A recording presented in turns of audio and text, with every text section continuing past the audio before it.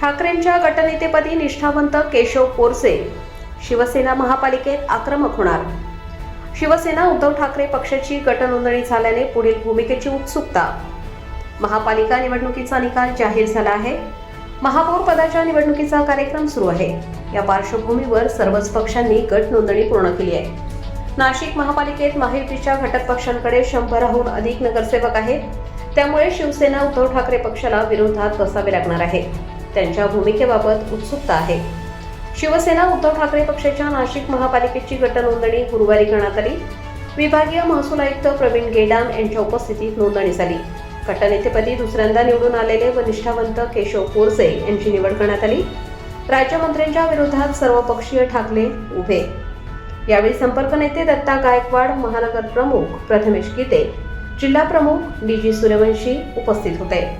सत्ताधारी भाजपकडून एककल्ली कामकाज होते. शहराच्या अनेक समस्या अधिक प्रबळ झाल्या आहेत. त्यामुळे महापालिकेत शिवसेना ठाकरे पक्ष आक्रमक विरोधकांची भूमिका बजावेल. आगामी सिंहस्था कुंभमेळ्याच्या पार्श्वभूमीवर शहरातील नागरिकांच्या समस्यांकडे लक्ष वेधण्यात येईल, असे यावेळी पोरसे यांनी सांगितले. महापौर पदाच्या निवडणुकीचा कार्यक्रम जाहीर झाला आहे. भारतीय जनता पक्षाकडे सर्वाधिक 72 नगरसेवक आहेत. त्यामुळे शिवसेना एकनाथ शिंदे पक्षाकडे 29 नगरसेवक असल्याने ते सत्तेत सहभागी होणार की विरोधकांची भूमिका बजावणार हे अद्याप अस्पष्ट आहे.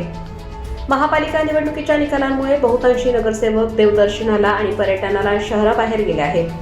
या पार्श्वभूमीवर शिवसेना आणि भाजप दोन्हींच्या नगरसेवकांची बैठक झालेली नाही. त्यामुळे महापौर कोण आणि त्याचे नाव निश्चित करण्याची प्रक्रिया कशी होणार हे अधांतरी आहे. येत्या 2 दिवसात भाजप महापौर पदाचा उमेदवार जाहीर करण्याची शक्यता आहे. त्या दृष्टीने इच्छुकांकडून जोरदार लॉबिंग होत आहे. त्यामुळे निवडणूक निकालानंतर महापालिकेच्या कामकाजासंदर्भात या पक्षांची भूमिका काय याची उत्सुकता कायम आहे. लोकमान्य न्यूजसाठी संचालक लक्ष्मीकांत शिंदे, नाशिक.